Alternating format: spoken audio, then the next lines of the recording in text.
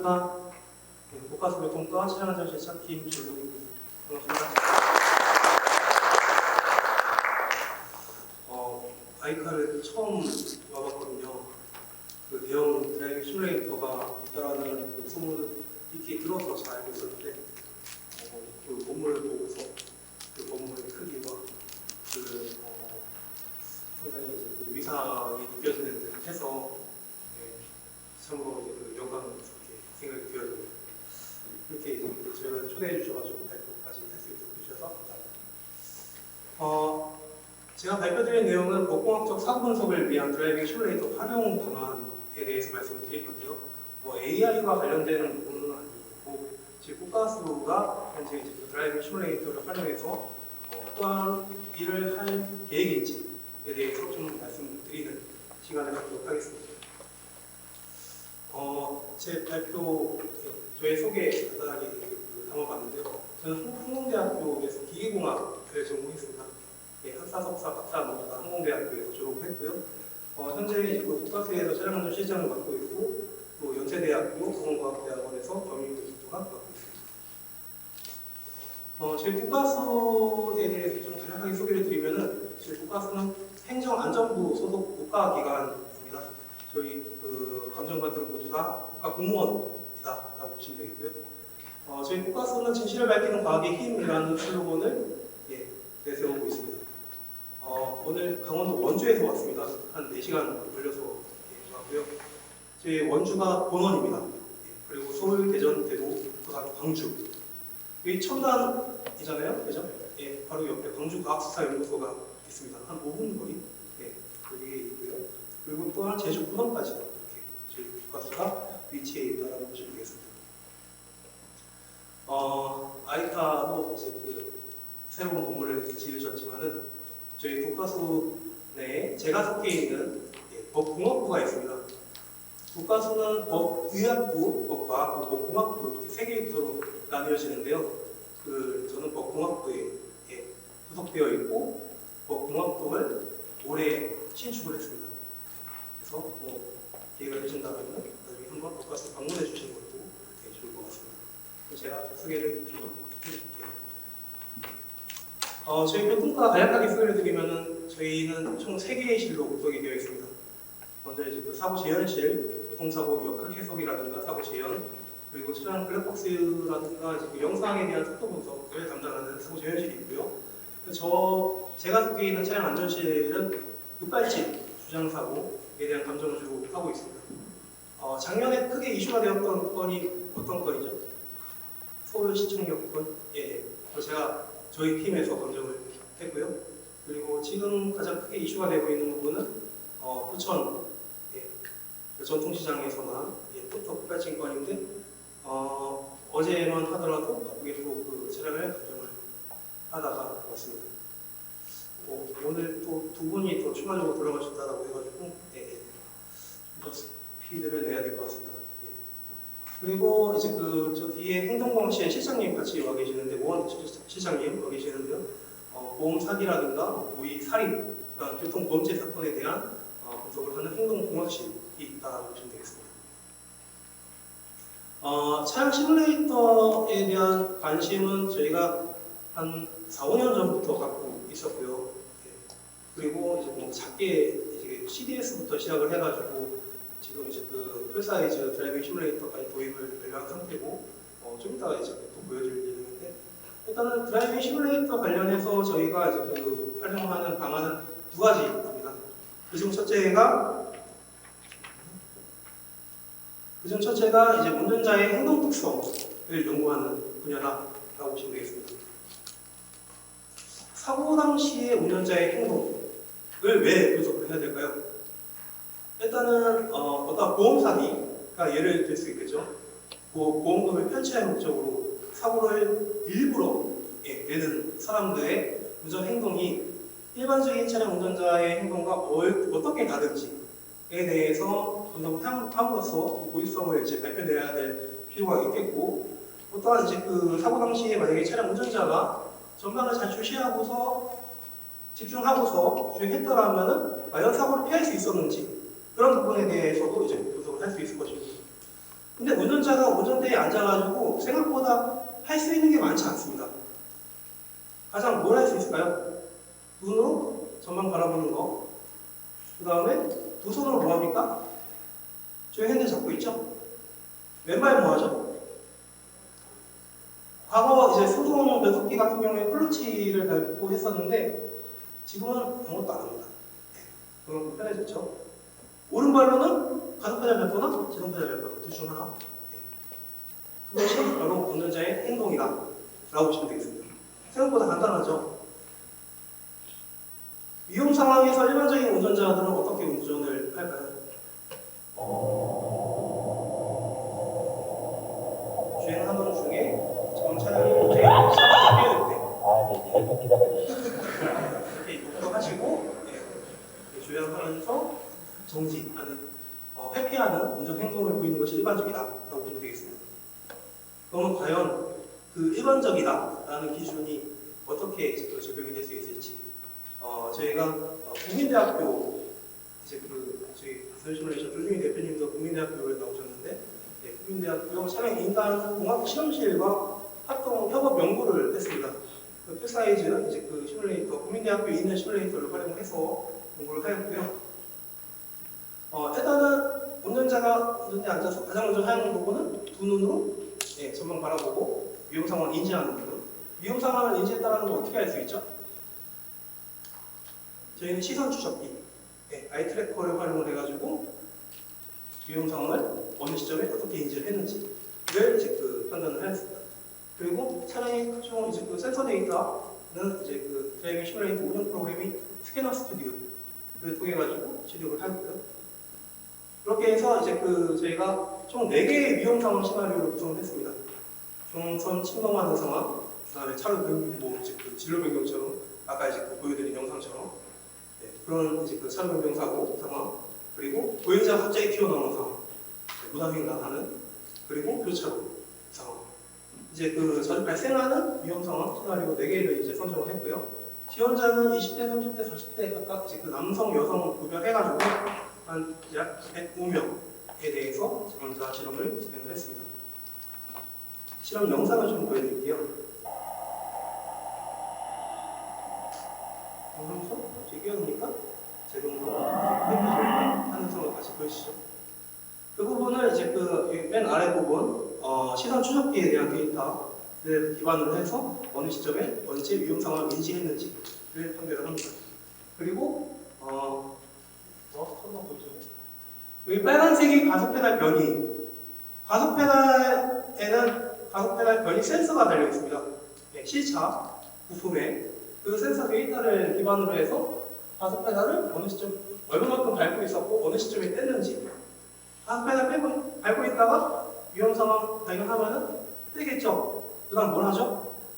제동 페달을 밟겠죠. 그거에 대한 시점을 센서 데이터를 통해 가지고 시도를 했다라고 보면 되겠습니다. 그리고 무단횡단 보행자 사고 영상인데 마찬가지로 회피하면서 제동하는 상황 보여지죠? 이 또한 마찬가지로 이제 데이터 분석을 진행을 했고, 앞서 이제 보여드린 두 분 외에도 한 103명의 지원자 실험 데이터가 있고, 통계 분석을 진행을 했습니다. 각 시나리오별로. 그 결과 대부분의 운전자의 반응 시간이 0.5초에서 0.8초 범위 내에 들어오더라. 그리고 이 결과를 이제 Transportation Research Part 5 SCI 저널이거든요. 저널에서 저희가 퍼블리시를 했고, 이 논문을 기반으로 해서 현재까지 이 논문을 참고문으로 문헌으로 삼아서 저희가 검증을 하고 있다라고 보시면 되겠습니다. 그럼 이제 이렇게 얻은 결과를 실제 사고에 어떻게 활용할지. 보험 사기, 실제 보험 사기 사건 영상이고요. 진행하면서 뛰어들고 조향을 요청을 했다가 오히려 큰 차량 보고 조향하면서 충돌합니다. 앞서 이제 보신 영상과 어떤 부분이 다르죠? 제동도 안 하고, 그죠? 이게 들어오는 상황에서 제동도 안 하고 핸들을 바깥쪽으로 했다가 다시 이제 그 상대 차량 쪽으로 조용하는 네, 그런 이제 그 운전 행동이 아니기 때문에 뭐 그 중간 단계 이제 그 시야에 대한 부분 분석한 부분이고요. 언제 이제 그 위험 상황을 인지했는지 먼저 판단을 해야겠고 그 위험 상황을 인지한 시점부터 충돌하기까지 얼마만큼의 시간적 여유가 있었는지 그 부분에 대해서 이제 분석을 해서 이것을 일반적인 운전자의 반응 시간과 비교했을 때 얼마만큼의 이제 그 여유 시간이 있었는지 그러한 여유 시간이 있었음에도 불구하고 제동하거나 조용하지 않고 오히려 상대 차량 쪽으로 조용을 해서 충돌했기 때문에 이 차량 운전자가 본사고로 고의적으로 유발하였을 가능성이 있다라고 저희가 감정 결과를 도출하고 있습니다. 여기까지 이해하시나요? 그 다음에 이제 그 사고 회피 가능성에 대해서도 이러한 반응 시간을 활용을 하고 있는데요. 사고 영상이면 좀 놀라실 만한 분들은 안 보셔도 괜찮습니다. 스타렉스 차량이고 주행하면서 보행자를 이렇게 충돌하는 상황 보이시죠? 그럼 이러한 이제 그 사고 상황에서 과연 운전자가 이 사고를 피할 수 있었는지 없었는지를 어떻게 분석할 수가 있을까요? 먼저 속도를 알아야겠죠? 사고 당시의 정확한 속도, 과속을 했는지 안 했는지 여부도 중요하지만 그 속도를 알아야 실질적으로 정지 거리를 계산해가지고 판별할 수가 있거든요. 저희가 이전에는 이제 그 다 줄자갔다 사고 현장을 잘 썼습니다. 근데 요즘에는 드론 기술이 워낙 발달되어 있어가지고 드론 현장을 다 3차원으로 스캔을 해가지고 저희 그 연구원대의 컴퓨터 내에서 예측을 한다라고 보시면 되겠고요. 각 구간별에 대한 거리를 측정을 하고 영상에서 이제 그 프레임 간격으로 시간을 측정해서 속도를 산출하고 있다라고 보시면 되겠습니다. 그리고 충돌 위험 인지 시점을 이제 보시는 바와 같이 측정하게 되고요. 지금 탑샷 뒤쪽에서 그 보행자분이 나오시거든요. 지금 뭐 그 가려진 시점하고 완전히 나온 시점, 그런 시점을 이제 특정을 부분을 지어서 이 시점 되면은 충분히 이제 그 충돌 위험을 인지했을 가능성이 매우 높겠다라는 시점을 특정을 합니다. 그때에 이제 그 시점부터 브레이크 페달을 만약에 충분히 밟아서 제동했다라면은 사고를 과연 피할 수 있었는지 여부를 정지거리를 계산함으로써 이제 최종적으로 판별을 하게 되고요. 이 정지거리는 공주거리와 제동거리로 제동거리 합으로 나누어지는데 계산되어지는데 공주거리에 이제 운전자의 반응 시간 0.8초가 적용된다라고 보면 되겠습니다. 그래서 이 건 같은 경우에는 이 차량 운전자가 보행자의 충돌을 먼저 인지한 후에 급제동하였더라도 급제동이라고 하면은 거의 풀 브레이킹에 준하는 정도라고 보시면 되겠고 보행자 이전에 정지하기는 어려운 것으로 판단된다라고 감정 결과를 도출합니다. 그 다음에 이제 그 두 번째 활용 방안으로는 에이다스에 대한 부분이 있습니다. 에이다스 하시면 좀 어떻게 다들 잘 아시나요? 에이다스에 대해서? 자율주행 하면은 모두 다 아실 거예요. 근데 에이다스 하면 딱딱 그게 뭐지? 라고 하시는 분들이 계실 겁니다. 자율주행 레벨은 그 미국 자동차공학회에서 총 6단계로 분류를 하고 있는데요. 여기서 레벨 0부터 레벨 2까지가 에이다스다. 우리가 아는 AEB, 긴급제동 장치, 그 다음에 Adaptive Cruise Control, 그 다음에 LCAS 이러한 기능들이 에이다스 기능에 해당된다라고 보시면 되겠습니다. 지금 상당히 멀리 고급화되고 세련화되어 있죠. 국내외 에이다스 기술 동향은 보시면은 이제 우리나라 같은 경우에는 2022년도에 이미 긴급제동 장치를 모든 차종에 이제 적용하는 것을 의무화하였습니다. 이제 초소형 차를 제외한. 미국 같은 경우에는 에이다스 자율주행 기술을 계속해서 이제 개발할 수 있게끔 이제 관련된 규정들을 수정을 하고 있고요. 미국 같은 경우에는 2024년도에 모든 신차에 대해서 에이다스 기능을 장착하는 것을 의무화하였습니다. 이러한 에이다스 차량의 사고 분석 어떻게 할 수 있을까요? 기본적으로 이제 영상 자료가 있을 수 있고요. 그리고 2016년도 이후에 출시되고 있는 차량들은 대부분 다 사고 기록 장치 EDR을 탑재를 하고 있습니다. 그 EDR 내에도 이제 에이다스와 관련된 기록이 함께 기록되어지는데요. 지금 이제 화면이 좀 작아서 잘 안 보시겠지만은 이 데이터만으로는 이제 사고의 원인을 명확히 밝혀내는 데는 한계가 있습니다. 그래서 저희 국가수에서는 이 에이다스와 관련하여서 제가 한 4년 동안 약 17억 원의 그 연구 예산을 들여가지고 연구를 진행을 하였고요. 그리고 이제 그 각 실차 실험을 통해서 긴급 제동 장치부터 최근에는 러드티브 클로즈 컨트롤에 대한 작동 특성, 한계 특성에 대해서 연구를 진행을 하였습니다. 또한 보행자 긴급 제동 장치에 대한 부분도 실험을 통해서 데이터베이스를 구축을 하였고요. 이렇게 이제 그 실차 실험을 통해서 얻어진 그 작동 특성상에서 주요 이제 그 설계 파라미터들이 있습니다. 그 파라미터들을 리버스 엔지니어링을 해가지고 이렇게 보시는 바와 같이 매트릭 시뮬레이터 기반의 에이다스 구동 로직을 저희가 구축을 하였고요. 그리고 이를 바탕으로 해서 사고 재현 시뮬레이션을 할 수 있도록 하였습니다. 지금 지멘스에서는 안 오셨죠? 지멘스에 보셨나요? 사고 영상을 먼저 보여드리면 보행자 사고 상황이고요. 그리고 진행하다가 미치겠다 진짜. 여기 나왔는데 그 GV80입니다. 네, GV80이고 그런 차량임에도 불구하고 전방에 보행자가 이제 그 횡단하고 있는 상황에서 띠리리리리 하는 소리 들으셨나요?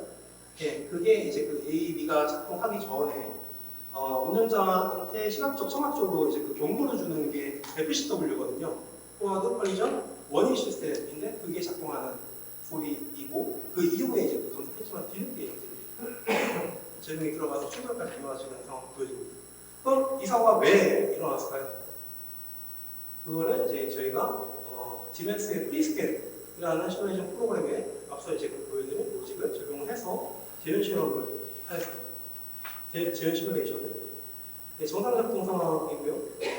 주간 상황에서는 뭐 굽혀진 이제 그 보행자라고 할지라도 타겟으로 인식을 해가지고 잘 쓰는 모습 보이시죠?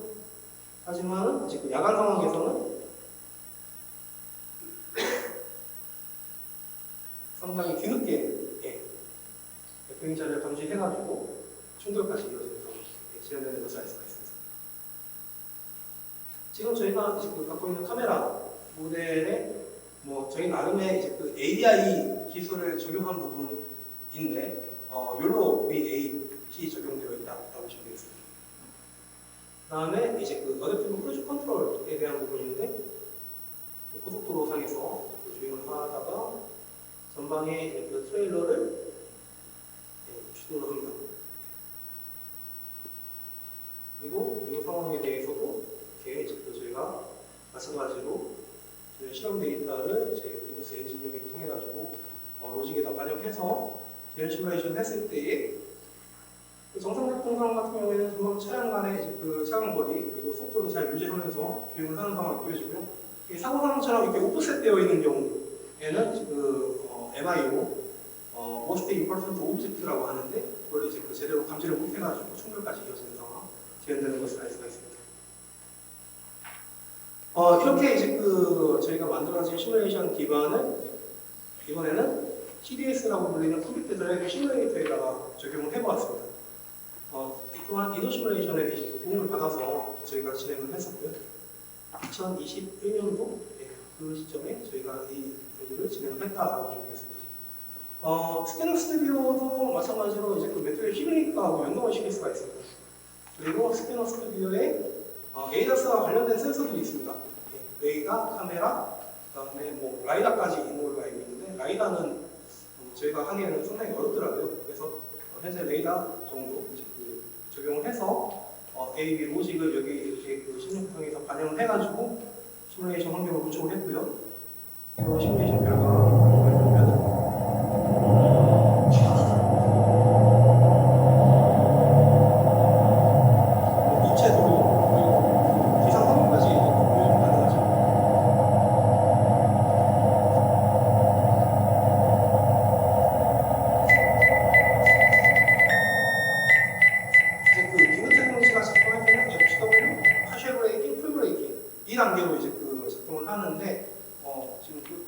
정상적으로 이제 그 표현이 되어졌고, 그다음 우측에 이제 그 그래프가 레이더 예, 그 스캐너 스튜디오에서 나오는 전방 타겟에 대한 레이더 이제 그 신호를 받아가지고 이렇게 이제 그 디스플레이를 하고 그걸 기반으로 해서 타겟 차량하고의 상대 거리, 상대 속도를 계산해서 TTC 관점에서 기준으로 이제 그 FCW 기후재동지가 작동할 수 있도록 그렇게 이제 짜여져 있다고 보시면 되겠고요. 실제 실험 데이터랑 비교했을 때도 상당히 이제 그 유사하게 잘 맞는 것을 볼 수가 있습니다. 이러한 이제 그 저희가 한 연구 내용들은 국내대도 특허, 발명 특허, 국내도 2편, 그 다음에 미국 등록 1편, 그 다음에 추가 1편은 현재 이제 그 등록까지 진행을 할 예정인 거고요. 그리고 관련되는 그 부분은 뭐 SCI급 논문을 비롯해가지고 연구 실적을 내고 있습니다. 그럼 마지막으로 이제 그 저희가 현재 갖고 있는 도입한 올해 도입했습니다. 약간 올해 9월에 이제 그 공사를 마무리 지었고요. 짜잔. 예.